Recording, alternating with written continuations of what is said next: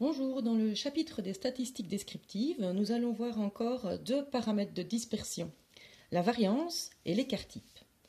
Alors la variance, en fait, elle va nous permettre de calculer la distance par rapport à la moyenne.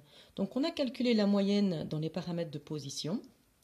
Maintenant, il faudrait savoir si cette moyenne est une bonne valeur pour l'analyse ou pour comparer d'autres études.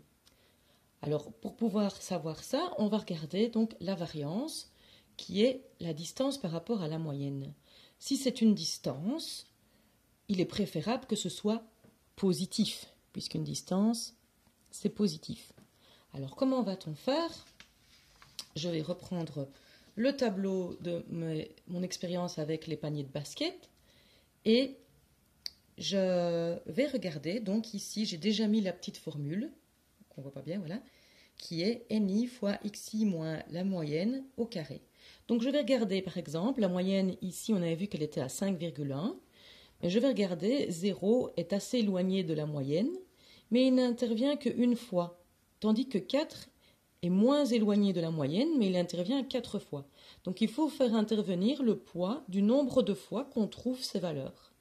Et donc, on va faire la différence ici entre la moyenne et on va multiplier par le nombre de fois que ça arrive. Pour que cette différence soit positive, puisqu'on cherche une distance, on va mettre au carré. Donc ici, par exemple, NI vaut 1, XI c'est 0, moins 5,1 au carré. Et donc, je vais calculer et je vois que ça me donne 26,01.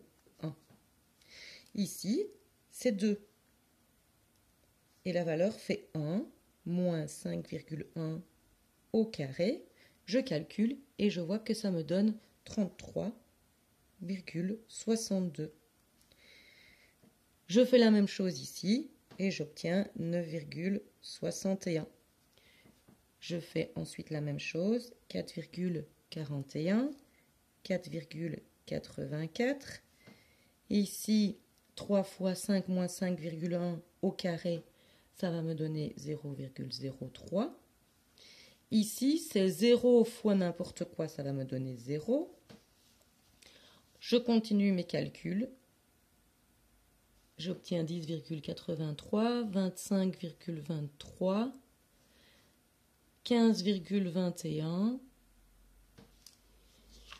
J'ai encore ici 24,01. Et pour pouvoir faire la variance, je vais faire la somme de toutes ces distances. Et donc la somme de toutes ces distances, j'additionne tous ces nombres et j'arrive à 153,8. Donc la variance,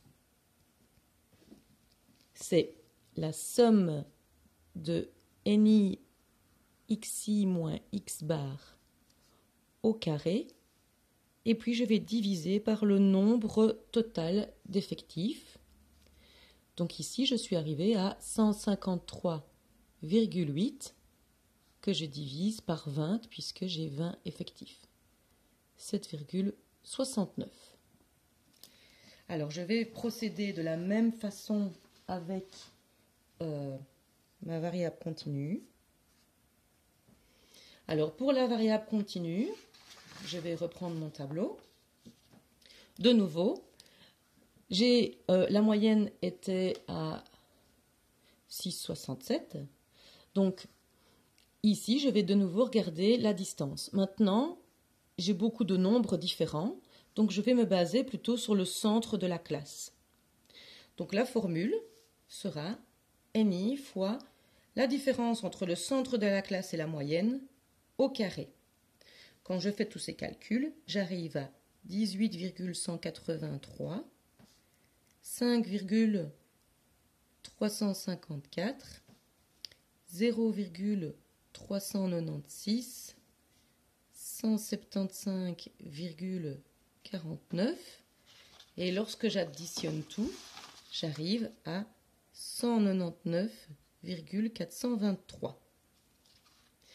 Donc, la variance, dans le cas d'une variable continue, c'est ni ci moins x bar au carré sur l'effectif total. Et donc ici, 199,423 sur l'effectif total qui est 22 ici, ce qui me donne 9,065. Alors, utiliser la variance, ça se fait très très peu, parce que la variance finalement est quelque chose, est un nombre, représente un carré. Donc ce qu'on va faire, c'est utiliser l'écart-type. Et l'écart-type, qui est représenté par sigma, c'est simplement la racine carrée de la variance. Donc, pour ma variable discrète, ça va être la racine carrée de 7,69 qui donne 2,773. Et pour ma variable continue, l'écart-type est racine carrée de la variance, et donc racine carrée de 9,065 qui me donne 3,011. Alors, à quoi ça va nous servir l'écart-type? À comparer. Donc, c'est uniquement intéressant pour comparer des études sur le même sujet. Donc, par exemple, si j'ai une autre équipe de basket qui joue aussi et qui fait aussi des paniers, et on voit que son écart-type est de 7. 7 est beaucoup plus grand que 2,773. Ce qui veut dire que, en fait, cet écart-type-ci me permet de dire que l'équipe est plus homogène, que la plupart des valeurs sont proches de la moyenne. Et que donc, si j'utilise la moyenne dans un calcul ou pour comparer, c'est assez efficace. Tandis que l'autre équipe, dont l'écart-type est 7, ça veut dire que les joueurs sont moins homogènes, les valeurs sont, des valeurs importantes même, sont plus éloignées de la moyenne. Et donc se baser uniquement sur la moyenne n'est peut-être pas représentatif.